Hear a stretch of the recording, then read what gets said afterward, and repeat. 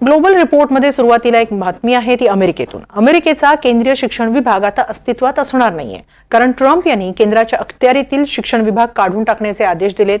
या आदेशांवर त्यांनी स्वाक्षरी केली आहे। अमेरिकेत पैसा वाचवण्यासाठी ट्रम्प सध्या त्यांना जो निर्णय योग्य वाटतोय तो ते घेत आहेत। आता तर चक्क शिक्षण विभागच काढून टाकण्याचे आदेश दिलेत। या निर्णयाचे नेमके काय पडसाद उमटतायत? ट्रम्प यांनी हा निर्णय नेमका का घेतलाय? याचे काय परिणाम होतील पाहूया ग्लोबल रिपोर्टमध्ये सविस्तर। After 45 years, the United States spends more money on education by far than any other. धक्कादायक, धाडसी की बेधडक? ट्रम्प यांच्या नव्या निर्णयाला काय म्हणावं या संभ्रमात अमेरिकन नागरिक सापडलेत। ट्रम्प यांनी चक्क केंद्रीय अखत्यारीतील शिक्षण विभाग बंद करण्याचे आदेश दिलेत। त्या आदेशांवर त्यांनी विद्यार्थ्यांच्या गराड्यातच स्वाक्षरी केली आहे। ओव्हलमधील एका कार्यक्रमात त्यांनी या आदेशांवर स्वाक्षरी करून त्यांचा उद्देश सांगितलाय। अमेरिकेत पैसे वाचवण्यासाठी आणि शैक्षणिक दर्जा सुधारण्यासाठी हे पाऊल आवश्यक असल्याचं ट्रम्प यांचं म्हणणं आहे। आम्ही शिक्षण विभाग आता राज्यांकडे सोपवणार आहोत। ते त्यांचंच आहे आणि हेच सर्वांच्या हिताचं आहे।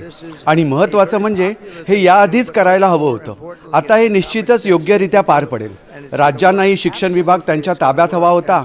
आता ते त्यांच्या मुलांना योग्य शिक्षण देऊ शकतील। शिक्षणाचा खर्चही अर्ध्यावर येईल आणि शिक्षणाचा दर्जाही सुधारेल। मला वैयक्तिकपणे आणखी एक सांगायचं आहे, ते म्हणजे मला आमचे शिक्षक फार प्रिय आहेत आणि आम्ही त्यांची काळजी घेऊ। And the education will be maybe many times better.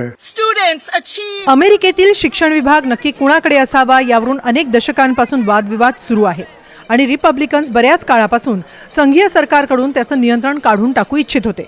त्यानुसार अखेर ट्रम्प यांनी हा निर्णय घेतला आणि शिक्षण विभाग राज्यांकडे सोपवला। ट्रम्प यांनी निवडणूक प्रचारादरम्यानच शिक्षण विभागाचे अधिकार अमेरिकन राज्यांना देण्याचं आश्वासन दिलं होतं, त्याचीच त्यांनी अंमलबजावणी केली आहे। या आदेशात शिक्षण सचिव लिंडा मॅकमोहन यांना शिक्षण विभाग बंद करण्यासाठी आणि शिक्षण अधिकार राज्यांना परत करण्यासाठी आवश्यक ती सर्व पावलं उचलण्याचे निर्देश देण्यात आले। लिंडा मॅकमोहन यांनीही या निर्णयाचं स्वागत केलंय। Almost half of the Department of Education. आम्ही शिक्षण विभाग किमान अर्ध्यावर आणलाय। फार विचारपूर्वक हा निर्णय घेतलाय। जिथे जिथे सेवांची खर्चाची पुनरावृत्ती दिसतीये तिथे तिथे हा निर्णय घ्यावा लागतोय। आम्ही प्रशासनावरील अनावश्यक भार कमी करतोय। विद्यार्थ्यांसाठी आणि राज्यांसाठी हे महत्त्वाचं आहे आणि फार काळजीपूर्वक आम्ही हे सारं करतोय। कायद्याच्या चौकटीत राहून आम्ही अंमलबजावणी करतोय। But they had those that were. मात्र कमी उत्पन्न असलेल्या विद्यार्थ्यांसाठी कर्ज आणि काही अनुदानांसाठी महत्त्वाच्या कामांसाठी केंद्रीय सरकारमध्ये एक विभाग कार्यरत राहू शकतो। मात्र आता शिक्षणावर मोठा खर्च करण्याची जबाबदारी केंद्राकडे असणार नाही, असं व्हाईट हाऊसनं स्वाक्षरी समारंभापूर्वीच स्पष्ट केलं होतं।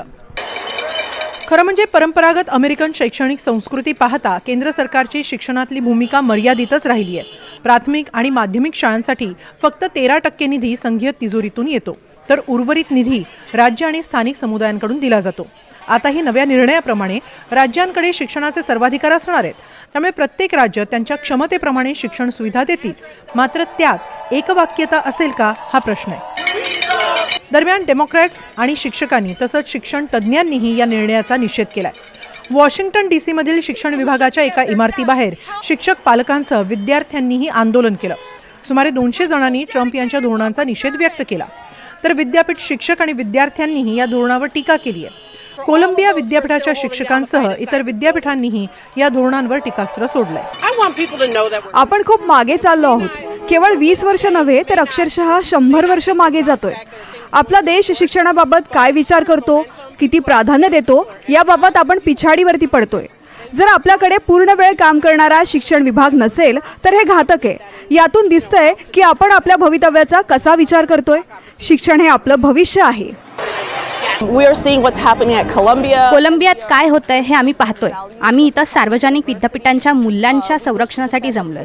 आम्हाला शिक्षणाचा, शिकवण्याचा, बोलण्याचा आणि एकमेकांच्या मतांशी असहमत होण्याचा पूर्ण अधिकार आहे आणि आम्ही त्याचंच संरक्षण करण्यासाठी आलो आहोत। आम्हाला कुणालाही या प्रक्रियेत मागे पडू द्यायचं नाही। No one behind in that process.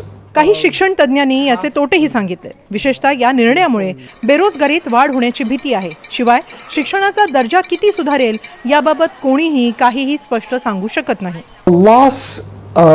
सगळ्या प्रशासकीय विभागांमध्ये शिक्षण विभागात सर्वात कमी कर्मचारी होते, त्यामुळे ही कपात करण्याआधीपासूनच हा विभाग छोटाच होता की त्यामुळे 4000 पैकी 2000 कमी करून आता अर्ध्या क्षमतेनं काम करावं लागणार आहे। त्यामुळे याचा शिक्षण सेवेवर विपरीत परिणाम होऊ शकतो.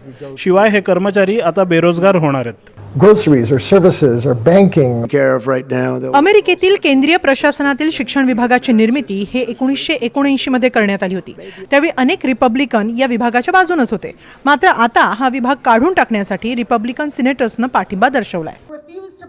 दरम्यान बेरोजगारी वाढण्याची भीती सर्वच क्षेत्रांतून व्यक्त करण्यात येते. कारण ट्रम्प यांनी केवळ शिक्षण विभागच नव्हे तर इतर प्रशासकीय विभागांमध्येही कपात केली आहे आणि त्याची जबाबदारी एलॉन मस्क यांच्या कार्यक्षमता विभागावर सोपवण्यात आली आहे. आता शिक्षण विभाग बरखास्त करून ट्रम्प यांनी पैसा वाचवला असेलही, मात्र त्यानंतर निर्माण होणारी बेरोजगारी, शैक्षणिक दर्जा, शिक्षकांचा रोष, पालकांचा राग, गरीब विद्यार्थ्यांच्या शिक्षणाचा हक्क यावर ट्रम्प कसे निर्णय घेतात, काय तोडगा काढतात हे पाहणंही महत्त्वाचं ठरेल. नाहीतर हा निर्णय त्यांच्या अंगलट येण्याची शक्यताही नाकारता येत नाही. Bureau report, NDTV Marathi.